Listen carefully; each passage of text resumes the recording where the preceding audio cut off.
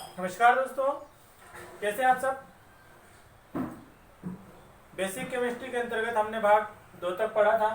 आज बात करेंगे भाग 3 की। यदि आप चैनल पर नए हैं तो सबसे पहले सब्सक्राइब कर लें और घंटी दबा दें ताकि वीडियो की नोटिफिकेशन आप तक सबसे पहले पहुंचे। भाग 1 और भाग 2 के अंतर्गत हमने तत्वों के परमाणु क्रमांक और इलेक्ट्रॉनिक विन्यास लिखना सीखा था। आप लोगों ने उसको अच्छे से पढ़ लिया होगा। कल मैंने कुछ क्वेश्चन दिए थे, उसका इलेक्ट्रॉनिक विन्यास लिखकर बताने के लिए दिया था। बहुत से बच्चों ने उसका जवाब दिया है और जिन बच्चों ने जवाब नहीं दिया है उनसे भी मैं उम्मीद करूंगा कि आप जवाब दें। हमारे व्हाट्सएप नंबर 7509771542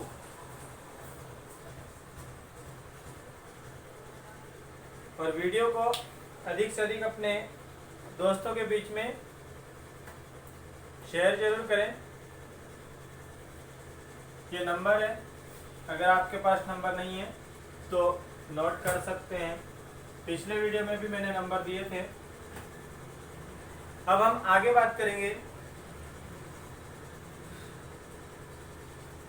अगर आपको कोई एग्जाम क्वालिफाई करनी है तो बेसिक केमिस्ट्री क्लियर करना पड़ेगी। पढ़ने वाले जो बच्चे होते हैं किसी भी सब्जेक्ट के, क्या करते हैं, इम्पोर्टेंट क्वेश्चन ढूंढते हैं, लेकिन इम्पोर्टेंट क्वेश्चन से कुछ नहीं होने वाला है। जब आप सारी चीज़ें अच्छे से पढ़ लेंगे तो आपको इम्पोर्टेंट क्वेश्चन ऑटोमेटिक निकल जाएंगे या ऑटोमेटिक प्राप्त हो जाएंगे। इसलिए इस वीडियो को पूरा जरूर देखें और अगर पहली बार देख रहे हैं तो इस वीडियो को देखने से पहले प्लेलिस्ट में जाइए और वहाँ पर बेसिक रसायन विज्ञान भाग 1 और भाग 2 पहले पढ़े, उसके बाद में इस भाग को पढ़ें। आज हम आवर्त सारणी की बात करेंगे। आवर्त सारणी के अंतर्गत क्या क्या होता है। यदि आपको इलेक्ट्रॉनिक विन्यास लिखना नहीं आया तो एक बार थोड़ा सा मैं हल्का सा फिर बता देता हूँ, फिर हम आगे बढ़ जाएंगे, आवर्त सारणी की बात करेंगे।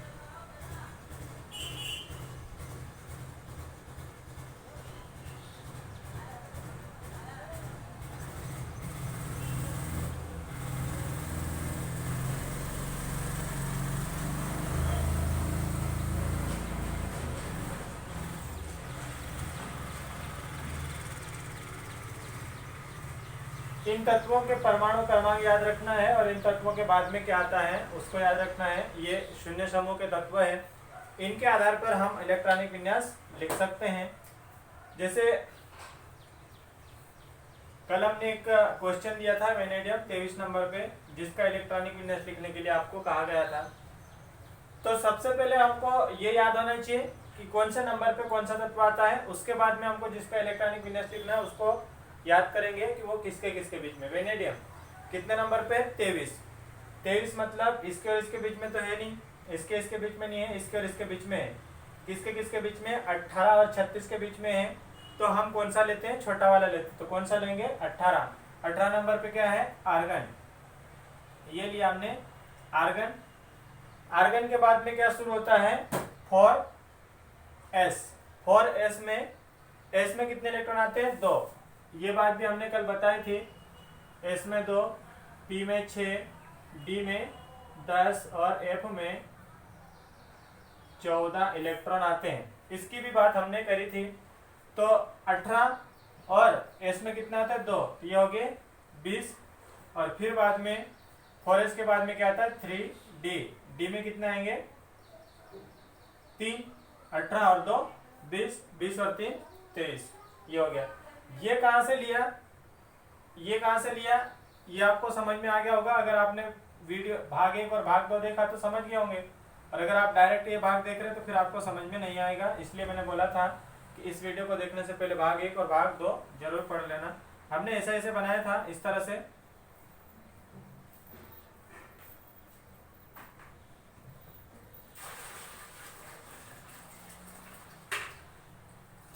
ये बनाया था, यहां से आया था ये, और ये नंबर कहां से लिया था हमने, यहां से बनाया था। मैं अब इतनी सारी चीजें रिपीट नहीं कर पाऊंगा, इसलिए आप अगर पहली बार इस वीडियो को देख रहे हैं तो भाग 2 और भाग 1, पहले 1 देखें, उसके बाद में 2 देखें, उसके बाद में इस वीडियो को पूरा देखें, समझ में आ जाएगा। तो ये था इलेक्ट्रॉनिक विन्यास। और कोई नंबर ले लें हम, कोई सा भी नंबर। प्लेटिनम पीटी, ये होता है 78 नंबर पे। इसका इलेक्ट्रॉनिक विन्यास लिखे हम। तो ये किसके किसके बीच में है, इससे तो बड़ा है, इससे भी बड़ा है, इसके और इसके बीच में। मतलब कौन सा लेते हैं हम, छोटा वाला। तो क्या लेंगे हम लेंगे जीनॉन। उसके बाद में जीनॉन के बाद में क्या शुरू होता है 6s1, 6s के बाद में क्या शुरू होता है,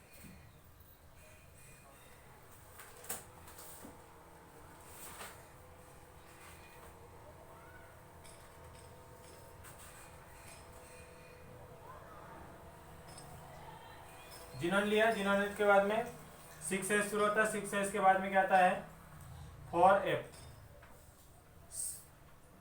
54, s में कितना आता है 2, उसके बाद में क्या आता है 4f, f में कितना आएंगे इलेक्ट्रॉन 14। हमको जाना कहां तक है 78 तक। 54, 56 और ये 70। 4f के बाद में 5d, d में कितना आएंगे 70 हो गए। हमको बनाना 78 तक, तो इसमें कितना हो जाएगा 8। इस तरह से इलेक्ट्रॉनिक विन्यास लिखा था हमने। एक चीज यहाँ पर और थोड़ी सी आती है बीच में, उसका मैं और आगे बता देता हूं। जैसे हमने लिया क्रोमियम, क्रोमियम का इलेक्ट्रॉनिक विन्यास होगा, क्रोमियम का इलेक्ट्रॉनिक विन्यास होगा परमाणु क्रमांक होता है 24। इसका इलेक्ट्रॉनिक विन्यास लिखने के लिए क्रोमियम 24 नंबर पे है, मतलब किसके किसके बीच में है 18 और 36 के बीच में। किसको लेंगे हम, आर्गन को लिया। आर्गन को लेने के बाद, आर्गन के बाद क्या शुरू होता है 4s, 4s में कितना आएंगे 2। 4s के बाद में क्या शुरू होता है 3d, ये कितना हो गया 18 और 2 20, 3d, d में कितना आएंगे 4। कायदे से जैसा हमने सीखा उसके हिसाब से ऐसा आना चाहिए, ऐसा आना चाहिए था, लेकिन ऐसा नहीं आता। इसका इलेक्ट्रॉनिक विन्यास क्या होता है, आर्गन ये तो वैसे रहेगा 4s। हमने क्या देखा था इधर साइड, s में अधिकतम कितने इलेक्ट्रॉन आते 2, p में कितना आते 6, d में कितना आते 10, f में कितना आते 14। यहाँ पर अंतिम जो ऑप्पोस है d में 10 इलेक्ट्रॉन होते हैं तो वो पूरी तरह से भर जाता है, यानी कि उसको बोलते हैं स्थायी होता है। तो स्थायित्व को प्राप्त करने के लिए या तो d में 10 इलेक्ट्रॉन होना चाहिए या फिर 5 इलेक्ट्रॉन होना चाहिए, 10 या फिर 10 का आधा 5। इसी प्रकार से f में, f के स्थायित्व के लिए या तो f में 14 इलेक्ट्रॉन होना चाहिए या फिर f में 7 इलेक्ट्रॉन होना चाहिए। p की बात करें हम तो p में या तो कितने इलेक्ट्रॉन होने चाहिए, पूरे की पूरे 6 तो स्थायी कहलाएगा, या फिर 6 का आधा, आधा कितना होगा 3 इलेक्ट्रॉन होंगे तो भी क्या कहलाएगा वो स्थायी कहलाएगा। इसी प्रकार s की बात करें, s में या तो पूरी तरह से 2 भरे होंगे तो स्थायी होगा, या फिर आधा होगा यानी कि 1 होगा तो स्थायी होगा। तो स्थायित्व को प्राप्त करने के लिए ये जो इलेक्ट्रॉन है यहां से निकलकर यहां पे चले जाता है। तो यहां पर कितना 2 इलेक्ट्रॉन थे तो बचेंगे कितने 1 और 3d5। ये है इसका सही इलेक्ट्रॉनिक विन्यास, किसका क्रोमियम का। तो ये कंडीशन तभी बनती है, ऐसी कंडीशन इस एक ही स्थिति में बनती है। कौन सी स्थिति में? जब आखिरी वाला जो उपकोष होता है उसमें एक इलेक्ट्रॉन अगर कम पड़ रहा है, तो ऐसी स्थिति में इधर से एक इलेक्ट्रॉन उछल के इधर चले जाता है। या फिर हम यूं कहें, ये जो उपकोष है ये इधर वाले से एक इलेक्ट्रॉन उधार ले लेता है। उधार क्यों लेता है? अपने को स्थायी बनाने के लिए। जैसे उधार दे देता है, ये भी स्थायी हो जाता है और ये भी स्थायी हो जाता है। कोई भी कक्षक या तो पूरा भरा होगा तो स्थायी कहलाएगा, या फिर आधा भरा होगा तो स्थायी कहलाएगा। तो यहाँ पे डी भी आधा भरा हुआ है और ये एस भी आधा भरा हुआ है। और ऐसे में क्या था, इसमें एक इलेक्ट्रॉन की कमी थी और इसमें ये तो है ही था, स्थायी था ही था, लेकिन ये एक इलेक्ट्रॉन अगर और मिल जाता तो स्थायी हो जाता। इसीलिए ऐसी कंडीशन में इधर से एक इलेक्ट्रॉन निकल के इधर आ जाता है। एक और देख लेते हैं हम, जैसे कॉपर, ये होता है 29 नंबर पे। इसका भी इलेक्ट्रॉनिक यूनियस, ये जो 29 है वो भी किसके किसके बीच में, 18 और 36 के बीच में है। इसका इलेक्ट्रॉनिक यूनियस लिखने के लिए आर्गन लिखा। आर्गन के बाद में क्या आता है, 4s। 4s में 2, 18 और 2 20। 4s के बाद में 3d। 29 नंबर पे है तो d में कितना हो जाएगा, 9। अब हम क्या देख रहे हैं यहाँ पे, d में एक इलेक्ट्रॉन कम है। अगर एक इलेक्ट्रॉन हो जाते तो d पूरी तरह से स्थायी हो जाता। तो क्या करेगा, यहाँ पे फिर वही कंडीशन आएगी, यहाँ से एक इलेक्ट्रॉन निकल के यहाँ पे आ जाता। तो 4s में कितने इलेक्ट्रॉन आता, 1। d में कितने इलेक्ट्रॉन आते, 10। तो ये भी इसका स्थायी हो जाता है। इसीलिए इसका और इसका इलेक्ट्रॉनिक विन्यास इस तरह से होते हैं। जब भी आपके पास कंपटीशन में कोई एग्जाम पूछा, किसी कंपटीशन के किसी भी एग्जाम में कोई क्वेश्चन पूछा जाता है तो यहीं से क्वेश्चन पूछे जाते हैं। बाकी जितने क्वेश्चन तत्व है उनसे क्वेश्चन नहीं पूछते, क्योंकि उनको मालूम है कि किसी भी तत्व का इलेक्ट्रॉनिक विन्यास पूछेंगे तो ये लिख के बता देंगे। लेकिन कब, जब आप पढ़ेंगे तो बता देंगे, नहीं पढ़ेंगे तो मुश्किल है, नहीं बता पाएंगे। तो इतना तो पता होता है पढ़ाने वाले को भी और पढ़ने वाले को भी इतना पता होना चाहिए कि क्वेश्चन कहाँ से बनता है। तो क्वेश्चन हमारा जब बनता है, इन्हीं के आधार पर क्वेश्चन बनता है। इसका स्क्रीनशॉट ले लें, उसके बाद में मैं आगे बताता हूँ क्वेश्चन कैसे आता है, उसकी बात करें हम इसमें। स्क्रीनशॉट, चलिए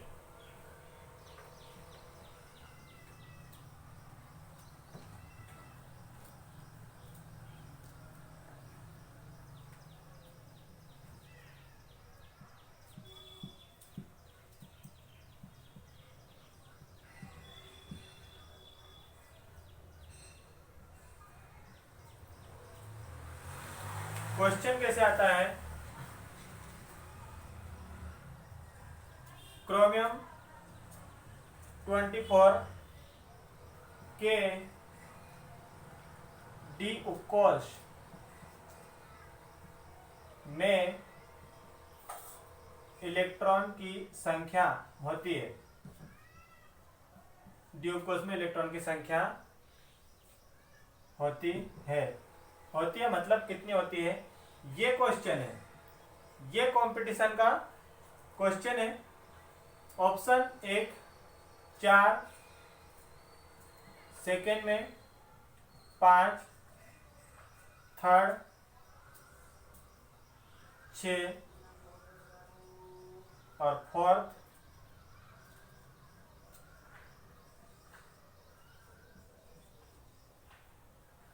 'कोई नहीं। ये क्वेश्चन है। जब हमको अभी जो हम देख रहे थे वो नियम पता नहीं होगा तो हम क्या करेंगे, इलेक्ट्रॉनिक विन्यास ऐसे लिखेंगे। क्रोमियम, सॉल्यूशन जब इसका करेंगे, क्रोमियम आर्गन लिखेंगे, आर्गन के बाद में 4 ऐसे लिखा, 2 लिखा, 4 इसके बाद में 3 डी लिखा, 3 डी में लिख देंगे 4। तो हमारा उत्तर हम क्या लगा देंगे, 4, जो कि गलत है। हमारे पास सही उत्तर क्या है, इसका इलेक्ट्रॉनिक विन्यास ऐसा नहीं आता। अगर हमको पता होगा कि इलेक्ट्रॉनिक विन्यास में परिवर्तन कब होता है, कैसे होता है, तो क्या करेंगे, फॉर एस में से एक इलेक्ट्रॉन निकल के किस में चला जाता है, 3D में, यहाँ पे हो जाता ये और यहाँ पे हो जाता ये। तो हमारे पास सही उत्तर कौन सा है, ये, ना कि ये क्वेश्चन है। इस तरह से क्वेश्चन बनते हैं। तो जब क्वेश्चनों की प्रैक्टिस करेंगे, मैं ऐसे वीडियो भी डालूंगा जिसमें क्वेश्चनों की प्रैक्टिस करके डालेंगे, लेकिन पहले हम ये इसको अच्छे से पढ़ लें। इसका स्क्रीनशॉट ले लें।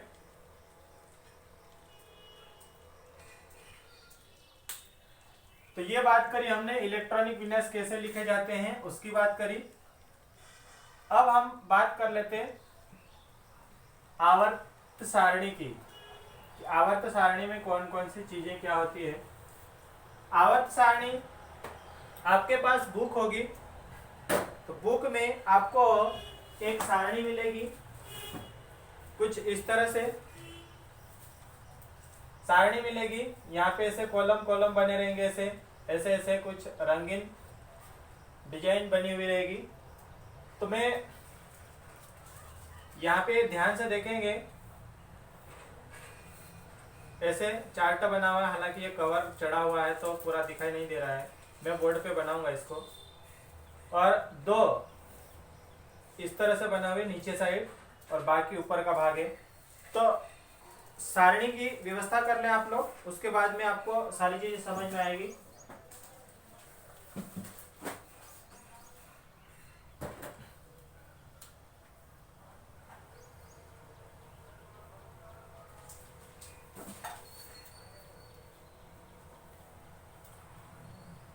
सारणी समझ में आई तो सब समझ में आएगा, सारणी नहीं समझ में आई कुछ भी समझ में नहीं आएगा।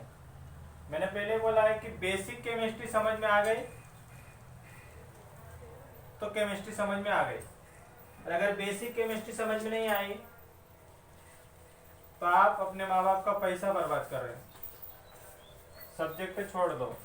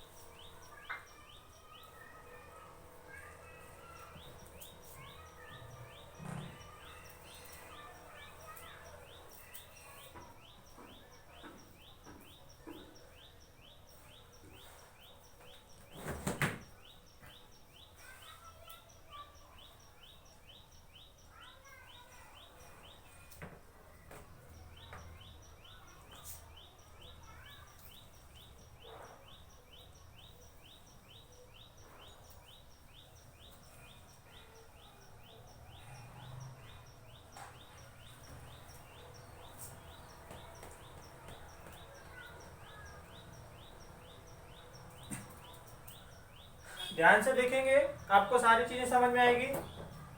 अब तत्व भी आप बोलेंगे कि यार इतनी बड़ी सारणी में हम कैसे याद करेंगे। अगर ध्यान से देखेंगे, मन लगा के पढ़ेंगे तो आपको ऐसे याद करवा दूंगा मैं कि आप कभी कल्पना भी नहीं कर सकते कि याद कैसे हो जाता है। चलो देखो कैसे याद करना है। ए ली ना की रूबीना से फ्रेंडशिप। ये जो पहला डब्बा बना है इस तरह से, ये पहला खंबा बना है, 1 2 3, यहाँ पे बहुत सारे ऐसे ऐसे खंबे खंबे बनेंगे, यहाँ पे भी ऐसे कॉलम कॉलम बन रहे हैं। इनको कॉलम कहते हैं या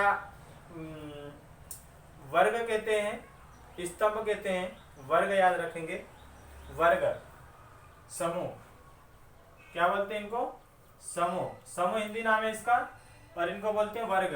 तो समूह कैसे गिनते गिनते जाते हैं, ऐसे। और तत्वों को कैसे याद रखना, हे, ली, ना, की, रू, बी, ना, से, फ्रेंडशिप। दूसरे समूह में कौन कौन सा तत्व है, बेचारी, मुर्गी, का, सर, बड़ा, रसीला। ऐसे तत्व याद हो जाते हैं, बेचारी, मुर्गी, का, सर, बड़ा, रसीला। चलो ये अच्छा नहीं लगे तो ऐसे याद कर लेना इसको, बेटा मांगे कार, सुंदर बाप रोए। याद होगा, बेटा मांगे कार, सुंदर बाप रोए। अब कार मांगेगा बेटा तो हर बाप इतनी आसानी से थोड़ी दिला देगा, रोएगा नहीं तो क्या करेगा। अब इनके परमाणु क्रमांक कैसे याद रखना है कि कौन से तत्व का परमाणु क्रमांक कितना है। तो एक तो हम याद रख ही सकते हैं, हाइड्रोजन का परमाणु क्रमांक होता है 1। अब अगले वालों के कैसे याद रखना है उसकी बात करें हम। हाइड्रोजन का परमाणु क्रमांक 1।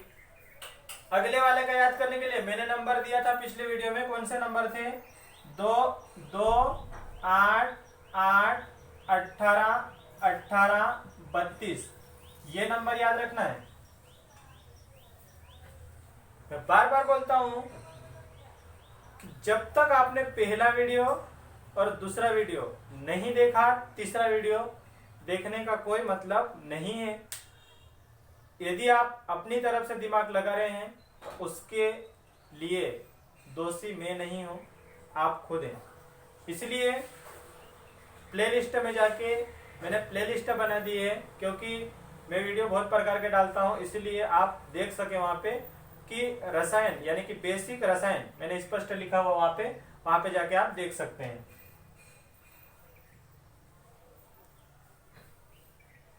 तो ये नंबर जोड़ना है 2, 8, 8, 18, 18, 32। तो ये है, इसमें कौन सा जोड़ेंगे, सबसे पहले तो ये 2 जोड़ेंगे, तो ये 2, 1 में 2 जोड़ेंगे तो कितना हो जाएगा, 3। 1 में 2 जोड़ेंगे तो हो जाएगा 3। फिर 3 में 8 जोड़ेंगे तो हो जाएगा 11।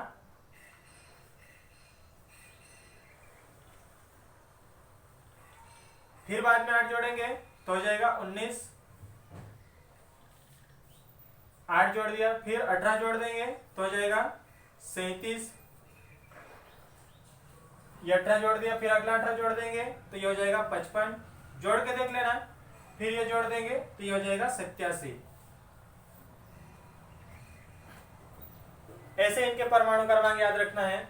समूह नंबर फर्स्ट के परमाणु क्रमांक ऐसे याद होंगे। समूह नंबर सेकेंड के लिए ये बेरिलियम है 4 नंबर पे होता है। पहले वाले का नंबर याद रखना पड़ेगा, जैसे हाइड्रोजन 1 नंबर पे होता है, बेरिलियम है 4 नंबर पे। तो 4 नंबर जो है इससे बड़ा है, किससे बड़ा है, 2 से बड़ा है, तो इसलिए हम इसको नहीं जोड़ेंगे। इसके लिए किसको जोड़ेंगे, डायरेक्ट 8 को जोड़ेंगे। 4 में 8 जोड़ेंगे तो कितना हो जाएगा, ये 12। फिर 12 में 8 जोड़ेंगे तो हो जाएगा ये 20। मतलब जोड़ के आप निकाल सकते हैं। 4 में इसको जोड़ दिया तो ये आया, फिर इसको जोड़ दिया, ये आया, फिर इसको जोड़ दिया तो ये हो जाएगा 38। फिर अगले वाले को जोड़ दिया तो 38 में इसको जोड़ देंगे तो ये हो जाएगा 56। फिर इसमें जोड़ेंगे अगले वाले में, इसमें ये 32 जोड़ेंगे तो ये हो जाएगा 88।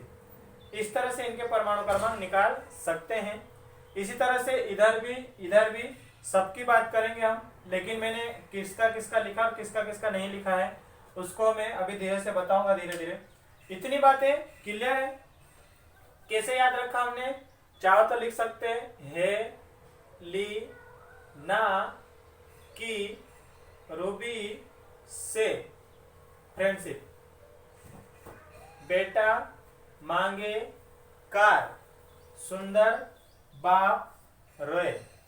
अब ट्रिक तो याद कर ली, लेकिन इन तत्वों के नाम क्या है वो भी याद होना चाहिए। तो उसके लिए आपके पास सारणी होना चाहिए। सारणी आपको किसी भी बुक में मिल जाएगी, 11वीं की बुक में मिल जाएगी, 12वीं की बुक में मिल जाएगी, एनसीईआरटी की बुक में मिल जाएगी, और कोई भी बुक होगी उसमें सारणी मिल जाएगी, आप उसमें देख सकते हैं।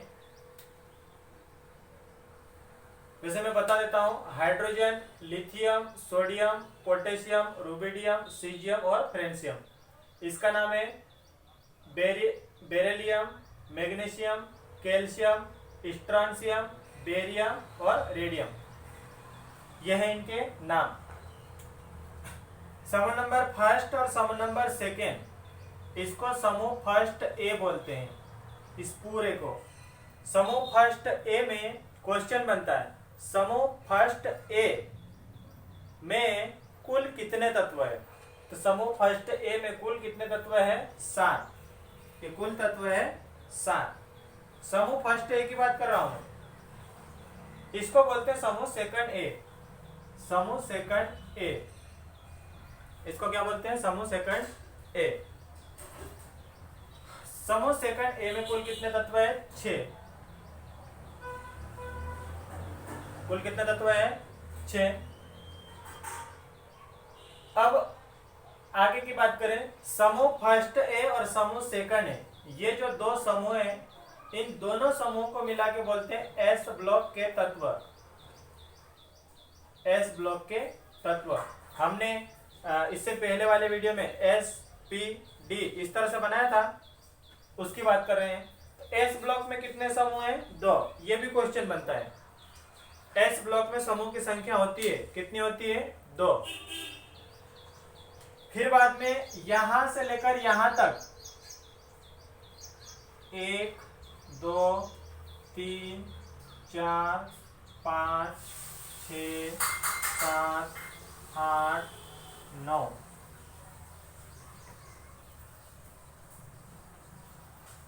ये जो 1 2 3 4 5 6 7 8 9 10 समूह जो है, यहां से लेकर यहां तक, इनको बोलते हैं डी ब्लॉक के तत्व। डी ब्लॉक तत्व, डी ब्लॉक के तत्व या डी ब्लॉक के एलिमेंट्स, ऐसे भी लिख देता हूं मैं, डी ब्लॉक के तत्व। आपके पास सारणी है, उसमें लिखा होगा, अगर लिखा हुआ नहीं है तो लिख सकते हैं। यहां से लेकर यहां तक एस ब्लॉक के तत्व कहते हैं, यहां से लेकर यहां तक को डी ब्लॉक के तत्व कहते हैं। डी ब्लॉक के तत्वों को संक्रमण तत्व भी कहते हैं। संक्रमण तत्व, डी ब्लॉक के तत्वों को कहते हैं संक्रमण तत्व। फिर बारी आती है यहां से यहां तक, यहां से यहां तक, इनको कहते हैं P block elements. P block element यानी कि पी ब्लॉक के तत्व। यहां से वहां तक इसको क्या बोलते हैं? पी ब्लॉक के तत्व। अब फिर से देखें, यहां से यहां तक ये एस ब्लॉक के तत्व कहलाते हैं, यहां से यहां तक डी ब्लॉक के तत्व कहलाते हैं, और यहां से यहां तक पी ब्लॉक के तत्व कहलाते हैं।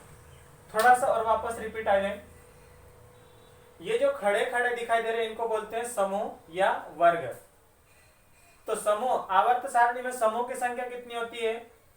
जो बच्चे 11वीं पढ़ रहे हैं उनके लिए मोस्ट इंपोर्टेंट है, और जो 12वीं पढ़ रहे हैं उनके लिए भी, क्योंकि उनके लिए सीधा सीधा क्वेश्चन यहाँ पे बनता है। और जो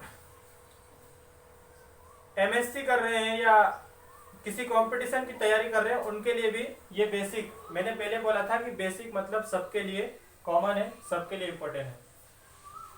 बेसिक अच्छे से पढ़ लो। केमिस्ट्री आपके बाएं हाथ का खेल है। इनको बोलते हैं समूह। आवर्त सारणी में समूह की संख्या होती है 18। अगर आपके पास सारणी है तो गिन सकते हैं, 1 2 3 4 5 6 7 8 9 10 11 12 13 14 15 16 17 और 18। ये है समूह की संख्या, टोटल 18। तो समूह की संख्या कितनी होती है? 18 समूह। मैंने लिखा समूह 18। फिर बाद में ये जो खड़े खड़े इनको समूह कहते हैं। जो आड़े हैं 1 2 3 4 5 6 7, इनको बोलते हैं आवर्त। आवर्त आवर्त गिनते गिनते किधर जाते हैं, नीचे। आवर्त की संख्या कितनी है, 7। समूह को गिनते गिनते उधर जाते हैं ऐसे, तो समूह कितने हैं, 18, आवर्त कितने हैं, 7। 11वीं में सीधा सीधा क्वेश्चन आता है, समूह की संख्या होती है, खाली स्थान दे देता है, एक शब्द में उत्तर दे देता है, या आवर्त की संख्या होती है, इस तरह से। तो याद हो जाएगा समूह कितने होते हैं, 18, आवर्त कितने होते हैं, 7। आवर्त को इंग्लिश में पीरियड कहते हैं, इसको इंग्लिश में पीरियोडिक टेबल भी कहते हैं। इतनी बात क्लियर है। आवर्त सारणी को कितने ब्लॉक में बांटा है, 4। कौन कौन से, एस, पी, डी और एफ। एफ नीचे आता है, एफ को मैंने नहीं बनाया है, नीचे आता है।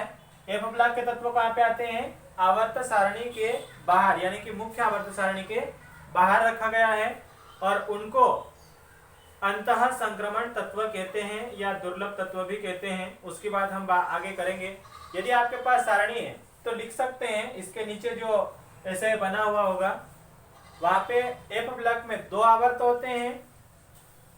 मैं थोड़ा सा बता देता हूं, इसमें भी इस तरह से बना होगा, तो आप बना ले नहीं, बना हुआ होगा आपके पास सारणी है, तो उसमें 2 आवर्त होते हैं। आवर्त कितने होते हैं, 2, और इसमें समूह कितने होते हैं, 14। कितने समूह होते हैं, 14। अब फिर से हम थोड़ी सी बात करें, एस, पी, डी, एफ। इनमें समूह की संख्या याद रखना कि एस में कितने समूह, पी में कितने समूह, डी में कितने समूह, एफ में कितने समूह। तो क्या बोला था, एस में कितने समूह होते हैं, 2, पी में अधिकतम कितने समूह, पी में कितने समूह, 6, डी में कितने, 10, एफ में कितने, 14। और एफ को मुख्य आवर्त सारणी से बाहर रखा है। क्वेश्चन यहाँ पे भी बन जाता है। क्वेश्चन क्या बनता है कि किस समूह के या किस ब्लॉक के तत्वों को मुख्य आवर्त सारणी के बाहर रखा जाता है। ये भी आपके कंपटीशन का क्वेश्चन बनता है। किस ब्लॉक के तत्वों को मुख्य आवर्त सारणी के बाहर रखा जाता है, एफ ब्लॉक के तत्वों को मुख्य आवर्त सारणी के बाहर रखा जाता है। समूह की संख्या पता चल गए, एस में कितने समूह, 2, पी में कितने समूह, 6।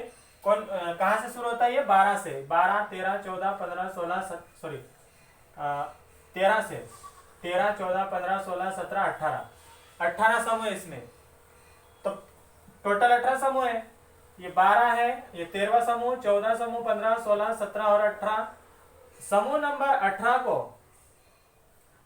18 को शून्य समूह कहते हैं। समूह 18 को क्या कहते हैं, शून्य समूह। अगर आपके पास सारणी है तो आप लिख सकते हो वहां पे समूह नंबर 18। समूह नंबर 18 ये है। समूह नंबर 18 में कौन कौन से तत्व आते हैं, हीना, आगरकर, जीरो, रन। ही ना Agarkar, zero, Agarkar, zero, run. आप याद इस तरह से रख सकते हैं, हिना आगरकर के, जीरो, रन। इस तरह से भी याद रख सकते हैं ट्रिक के हिसाब से। अब इस सब ये तत्वों को ऐसे याद रखने का तरीका है कि हम इसको अच्छे से याद रखें, बार बार भूलें ना, इसके लिए। जैसे यहाँ पे ये समूह, शून्य समूह की बात करी हमने, समूह नंबर 18 की बात करी, इसको शून्य समूह भी कहते हैं। लिख लिया होगा, ऐसी लाइन खींच के लिख सकते हैं, शून्य समूह, शून्य समूह। फिर उधर साइड बहुत सारी जगह इधर बचेगी तो उधर साइड लिख सकते हैं अक्रिय गैस। अक्रिय गैस भी इसी को कहते हैं, अक्रिय गैस या निष्क्रिय गैसें।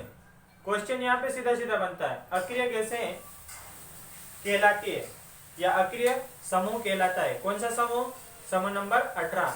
ये भी सीधा सीधा क्वेश्चन पूछा जाता है कोई सी भी एग्जाम में, चाहे आप कॉलेज कर रहे हो, एमएससी कर रहे हो,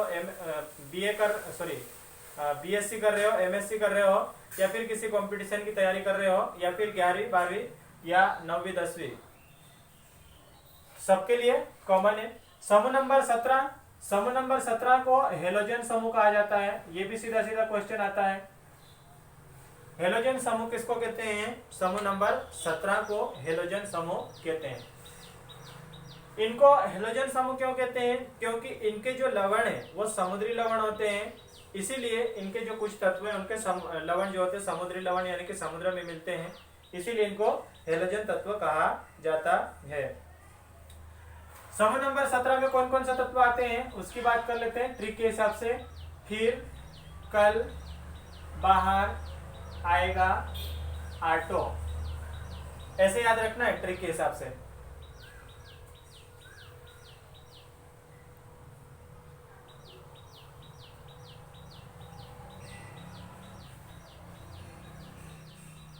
फ्लोरीन, क्लोरीन, ब्रोमीन, आयोडीन, एस्टेटिन।